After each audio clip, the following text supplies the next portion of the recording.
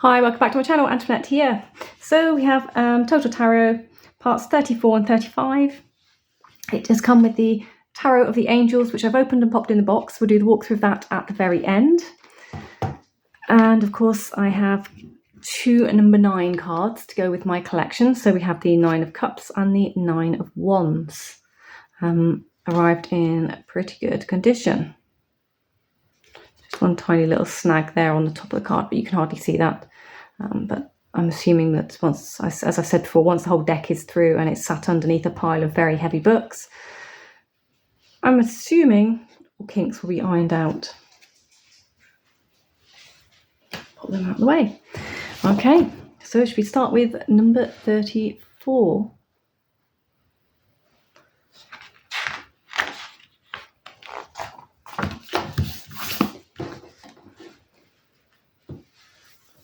So coming straight in, we have reading for strangers. Providing readings for people you don't know is an important step in any tarot reader's journey. Because I guess for many of us, when we start out, it's usually people we know that we're reading for. And it's actually easier to read for strangers than people you know, because people you know, you have to take into account the information that you have about them already. And whether you knew that prior to the reading or the reading gave it to you, it's a very hard place to be. But when it's a stranger, you really don't have, two insights really into what's going on. So it's almost more liberating to do strangers than it is people you know. And once you've done strangers, you'll probably find you're in a position whereby you don't want to read for people you know, because you prefer the freedom of not knowing. So yeah, there are challenges with both. It's an interesting conundrum. And for that reason as well, there are times whereby we learn to read cards just for us and not for anyone else. And then in those instances, we will only ever read ourselves, and that's perfectly normal and okay. That's probably the majority of most tarot readers. They use it for themselves, a self-empowering tool, and for what's going on. Let's just read this little block here because it's being highlighted. Clients who throw large events will often request you to read for as many guests as possible. In this case, it is best to simply perform a 1-card reading for each person. This way it does, yeah. I've heard lots of people talk about that, but that's one way of giving off your energy and losing and tiring yourself out really, really quickly. Because if you're doing connected readings, it can be really energy absorbing and draining to do multiple readings one after the other. The Dark Grimoire coming up in the collection. I'm still going to say bugger. I already own it. I would have liked another deck because there's others which are really good in the collection, Flow Scarabeo, that could easily replace that. Like maybe the Golden Dawn would be an excellent one to start with. So what do we have here? Types of strangers. You get the friendly stranger, the silent stranger, the emotional stranger, the skeptical. So that's just some of the archetypes that you might come across when you're reading for people. The silent people are really, really interesting. They think they're testing you. What they don't realize is that they're not getting the most out of the reading by interacting with you, because by interacting, that's the point to it. It's an interactive tool. It's not a fortune-telling tool. So it's like they think you're reading their fortune or something. It's really weird. But if they ask questions and interact, they're going to get a lot more out of that reading, and you can then reinterpret cards because cards will take on different meanings as your readings for them. But yeah, they are more common than you think. Skepticals are really easy to get because they have no idea how you come up with what you come up with, especially if you don't know them. General guidelines about giving readings, tips for doing events. The details, Knight of Cups. So this is our kind of, standard keyword, key symbols pages for our Radiant Wise Smith. The schematics or thematics, meanings up here for personal life divination, psyche and soul. What the card shows us. So the gentle Knight of Cups is the seducer of the deck, and when he appears, romance is in the air. Now, still that same old. And of course, you get the same kind of romantic, passionate touches with the Knight of Wands as well. So we have the Low Scarabeo Tarot. This one represents the Tamer of Instincts. We have the Nefertiti's Tarot, Pride of Innocence. The Pagan Tarot, which is the Apprentice of Water. And it's female there. We have the Shaman Tarot here, represents seeking healing life's energies with the dolphin and the person riding the back of the dolphin by the looks of it. We have Manga Tarot, quiet surface of bottomless power. I guess you do get that there with the little dragon there. The Fae Tarot, that is huge lobster. I suppose it would be if you've got a fairy sat on top. But then we're making the assumption fairies are teeny tiny. The Joy of New Meaning. We have our Tarot of the Pagan Cats. Prudence while crossing a river. The cat is actually stood on a tortoise shell, riding a tortoise. And of course our Celtic deck, which is protection from evil with the knight there. You have your traditional meanings upright and reversed. But there's our court diagram, which came up 2 or 4 periodics ago. And we have a comparison here with the Worth, the Angels, which is today's deck, and the Clint.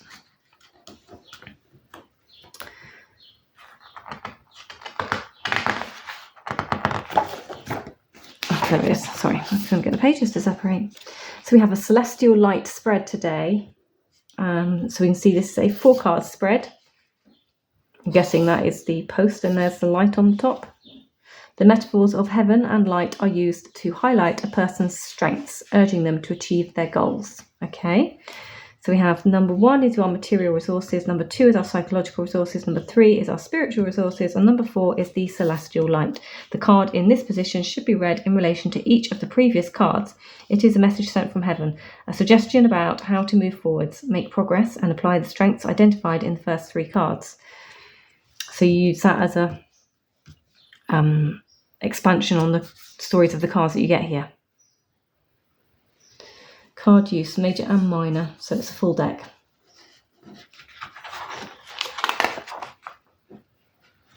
What do we have here? So we have advice leads to action, synthesis about spread, is it? And meetings with angels. To fully understand the value of the tarot, the angels, and the celestial vision spread, it is worth considering the term angel. In ancient Greece, it meant messenger. So later translators of the Bible used it to convey the sense of the Hebrew and Malachim, which refers to the spiritual beings sent to man by God.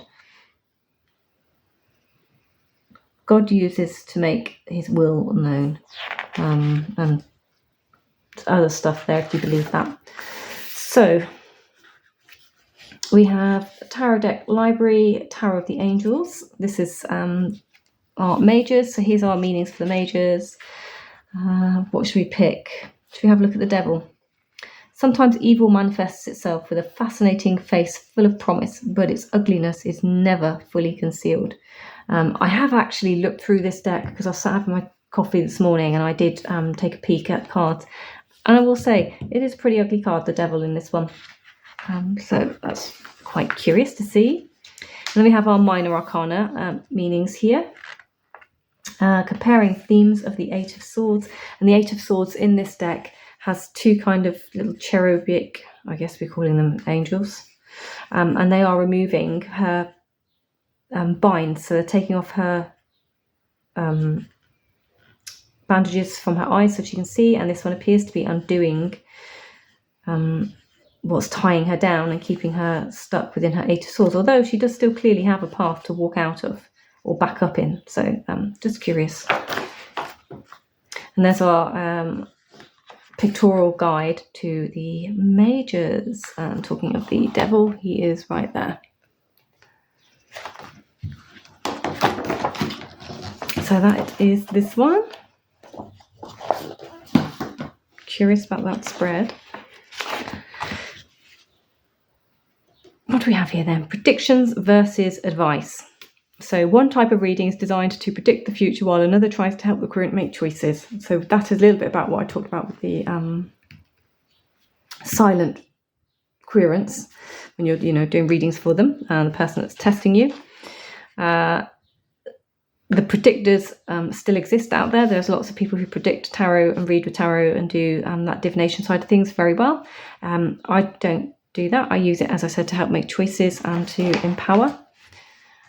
Kind of like a tool for improving circumstances or seeing everything that you've are being presented with but can't see because you just are unable to define what's in front of you. So what do we have here? So we have some sample outcomes for predicting future events and providing advice on future events. We've got the Pagan Tarot here coming up in parts 54 and 55. This must be the Pagan Tarot as well then. Looking at the art style, they look very similar.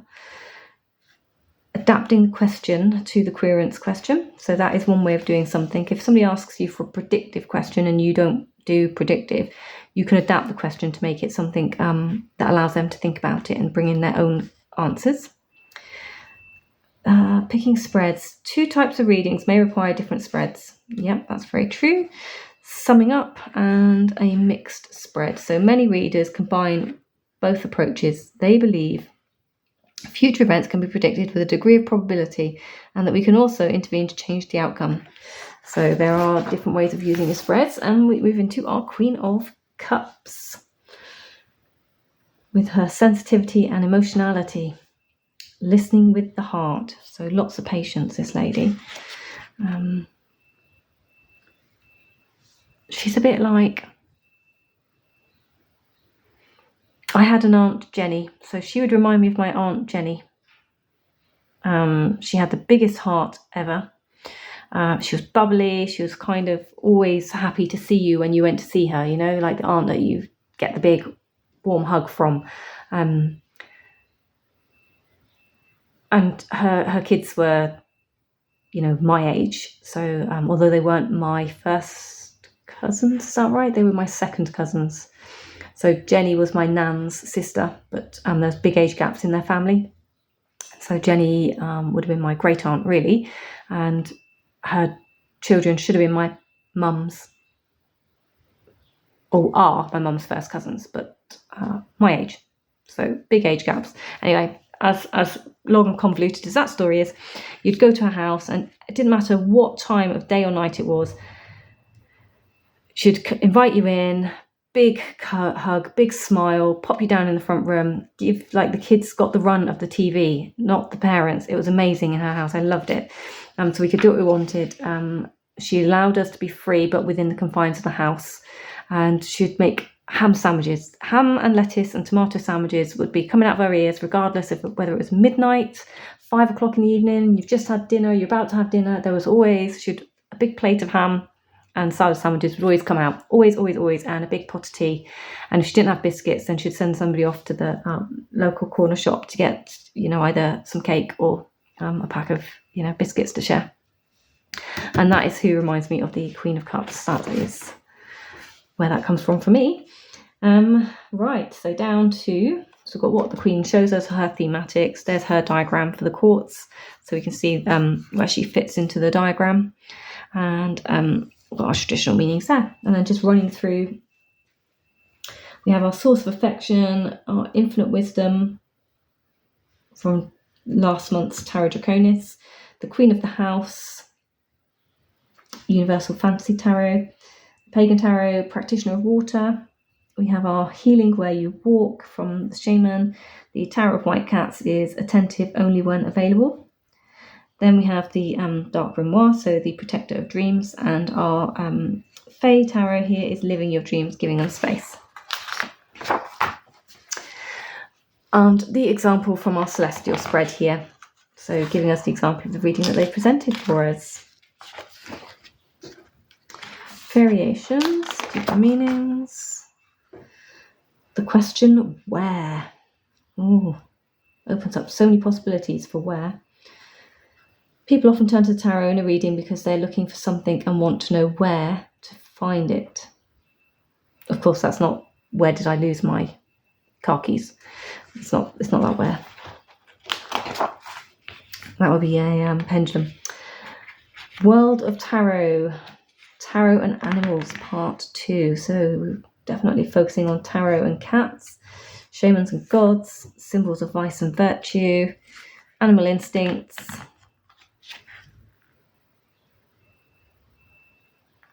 So what have we got here then?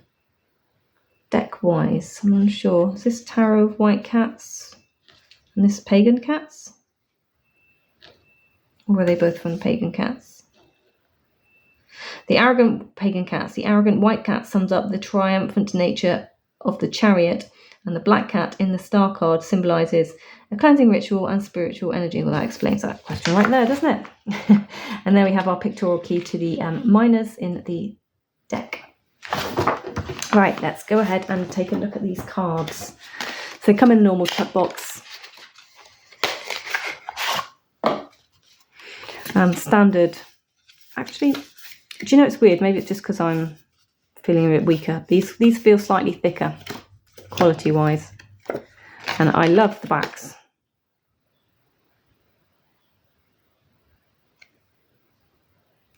Those drew me in before the images, to be fair. It's like, what an amazing back. I love that back. We've got our other card there. Now then, this deck has beautiful art, but what I would love to have seen with this deck, as you know, there's a chance that this was reprinted just for this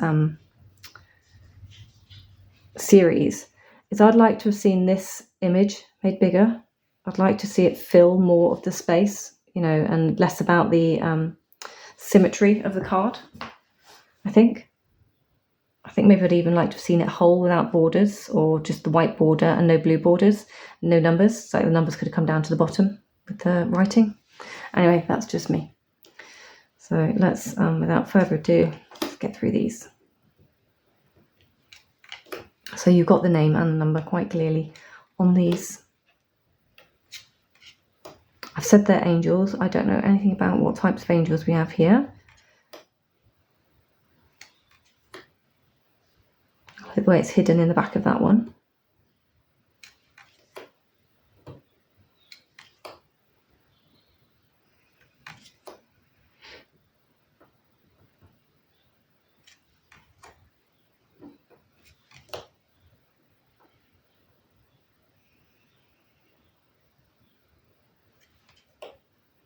And I found this Hanged Man interesting because it's like, I can't tell. So is the angel pushing him up or hanging from him? So holding him up to take his weight, to help, or hindering?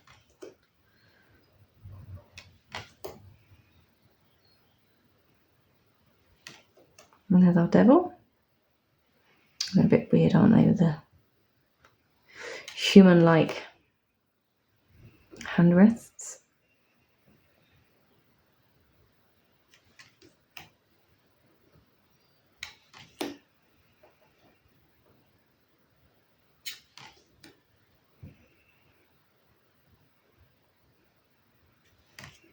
Do you know, I keep saying I don't have any angels decks. Of course I do. I have the fallen angels.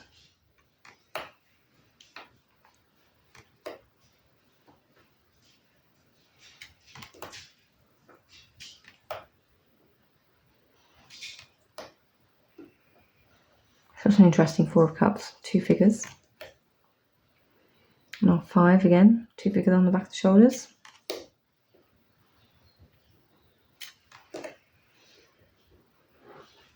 It's all an illusion. Bit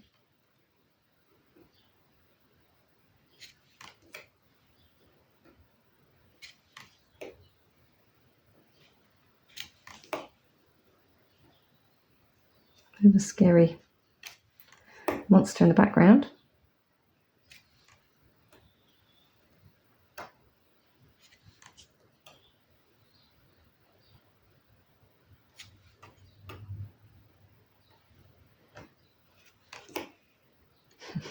Catch.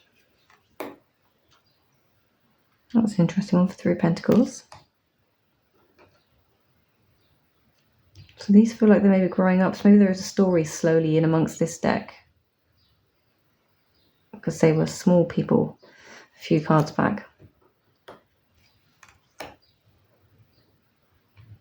I thought that was interesting as well, with the 5 of Pentacles. Not your normal 5 of Pentacles. And then the 6 has more of the 5 of Pentacles feel to me than the 5 of Pentacles had. But yeah.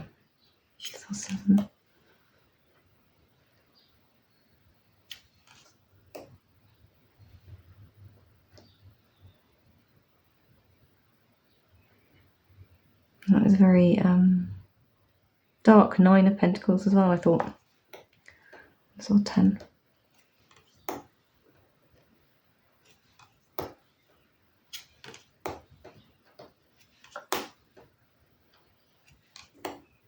Four of Wands.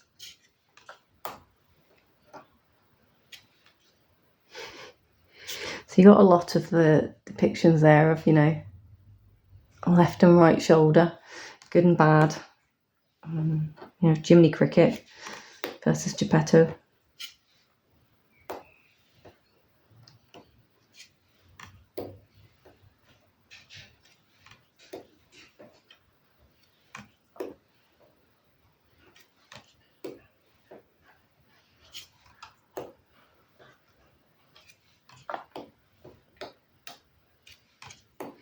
So again, this is not a deck I would have bought for myself, but maybe once I've seen the backs, but no, actually no. It would have just gone onto a list, I think. And a one day kind of maybe pile. But seeing it, it's one that I feel like I might actually be inclined to use.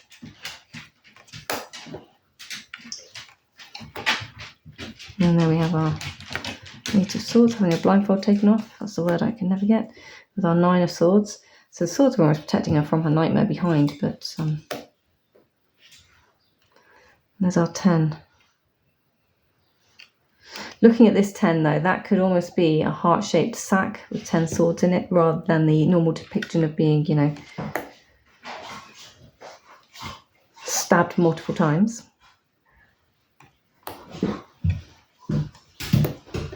And there's our Queen. And there's our King. I thought that was another really interesting one with the baby in front. So Marjorie's just having a little mad moment out there.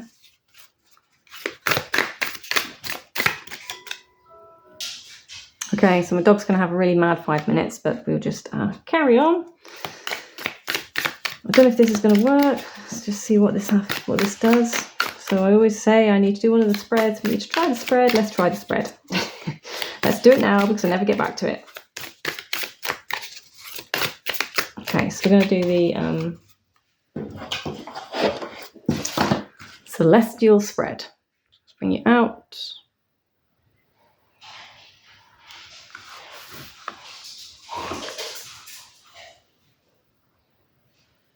So we know what it looks like. Let's just pop that there. Do we need a question? Instructions. After shuffling the deck and cutting it in the usual way, the reader lays out the cards as pictured in the diagram. The shape of the spread represents 3-story tower, blah, blah, blah. Read from bottom up. And then it illuminates from the tower above. Objective. To highlight the querent's material, psychological and spiritual strengths that they can use to face a challenge.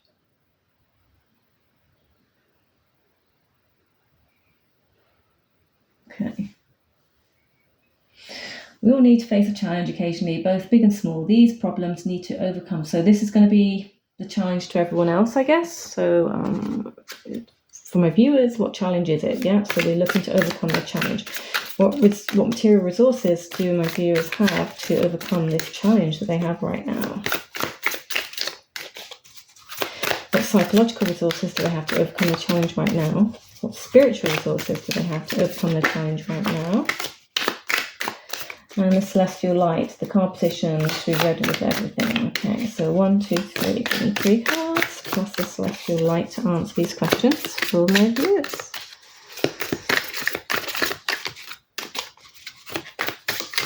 Oh, yeah, I do love these packs. So, 1.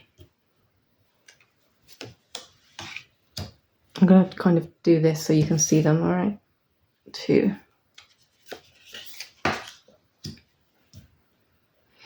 3 and 4. Ooh, okay. So, can you see what we got? This should be in a straight line with one at the top, so it would be like a T, but just so you can see what we're all looking at. I'm just putting it on screen like that.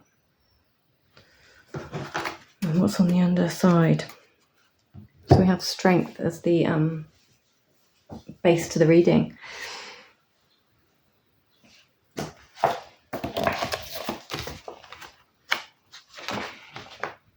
I'm just going to bring the magazine in a bit closer for me so I can read what's going on here.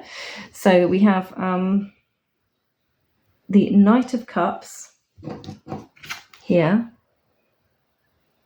is our celestial light card to be read in relation to each of the previous cards as a message sent from universe. And it's a suggestion about how to move forwards, make progress, and apply the strengths identified in the first 3 cards. Okay, so I'll put it there actually. And then just going back to my other magazine just to see if there's anything in here that's useful, because obviously I've not done this spread before.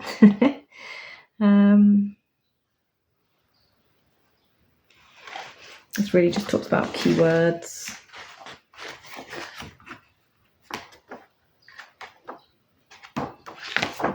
Nothing else of interest there, is there?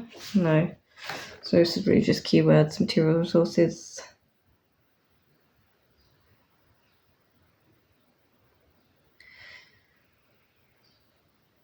So obviously, because we've got wands, cups, this is going to be about the emotional, maybe even rekindling of relationships and emotions. Perhaps there's a few issues around interaction because we've all been kind of like shut away for so long. We've forgotten how to interact with people, quite possibly. That's just like the first thing that comes out because of the suits that we have here, and the fact we have a strength here where it's clearly taming something. Like, it's almost like a don't get up scenario happening over here. So Knight of Wands, yeah, that is very interesting. And then we have our 4 of Cups. So again, we've got that kind of the stability question that's coming out with all of this. And the sort of what looks like the bear and the angels. There's we're doing it again, aren't we? The 2 voices that speaks in our heads, tempting and encouraging. Then we have our 7 of Wands, that sort of defense that's going on up here, but we've also got the shield of light as well, that's also giving us extra defense. And then ultimately with our celestial light card being the Knight of Cups and what he's offering, and that kind of romance situation that comes with the Knight of Cups, as I've already pointed out earlier when I read through one of the books.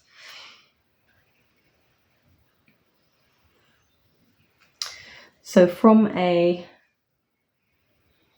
material resources point of view, what we have is our way forward. So following our heart, following what's telling us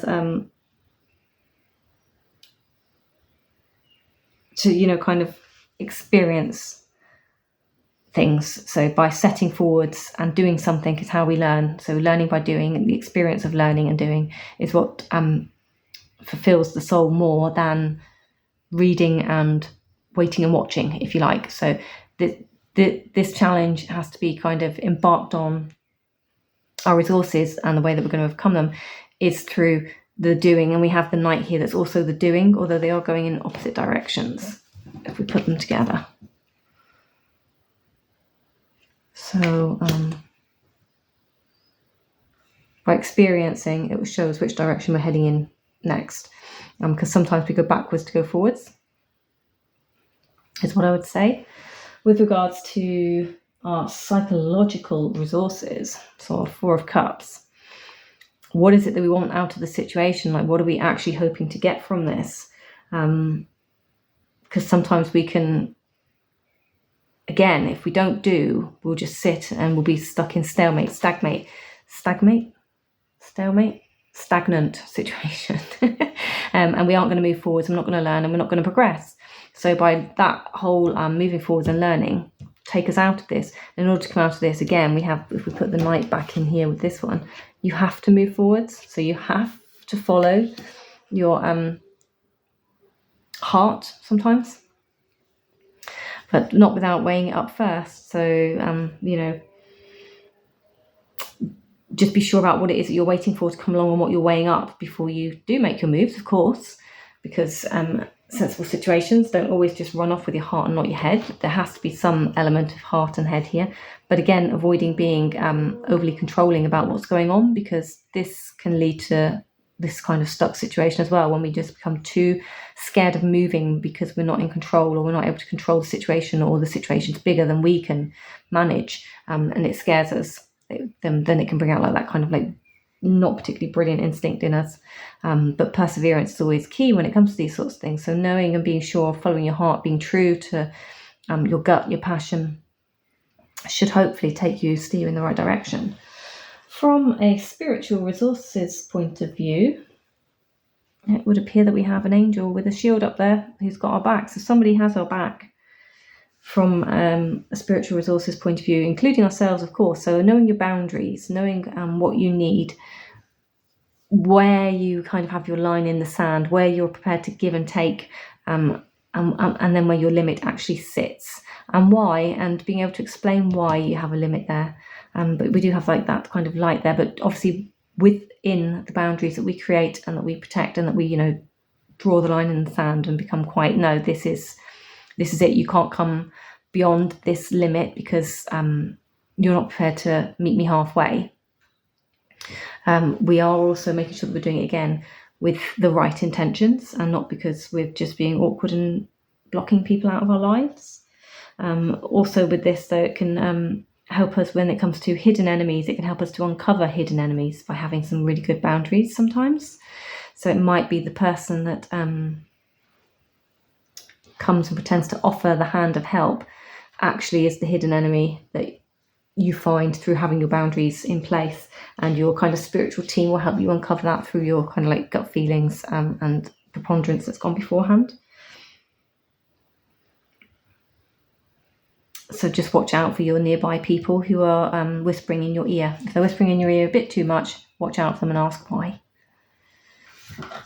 And our celestial light, as we've said, is our Knight of Cups.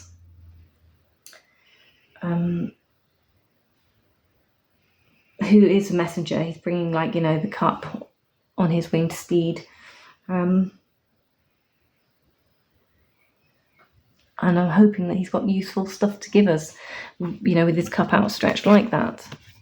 So hopefully he's bringing some good news, some help, the ability to, not a wing and a prayer, but I guess you could say a wing and a prayer, in order to overcome the challenge that's sat in front of us from what I'm calling a relationship point of view. And that could be the broad sense relationships. That could be family breakdown. That could be business relationship. That could be new job, contract, or loved ones. But the interconnectedness of having to interact with strangers as well, or people, just having to interact with people, humans, being human, peopling is a skill in its own. Anyway, I don't know if that made any sense or made that any clearer, but it's a spread I've never used. Would I use that spread again? I'll maybe use it a second time to see if it still feels as awkward, but it doesn't make a whole lot of sense to me. It's not the set of questions I would use, but it's still good to experiment. And of course, cards I've never used before, so working with a brand new deck is not always the best thing to do for a spread, but we like to live and learn. Let's grab the horse by the seat of our pants. Let's pop out there and learn by carving our own kind of pictures for this. So I hope you enjoyed that. I wish you much love and light. I'll see you in the next one. Thanks for watching. Bye bye.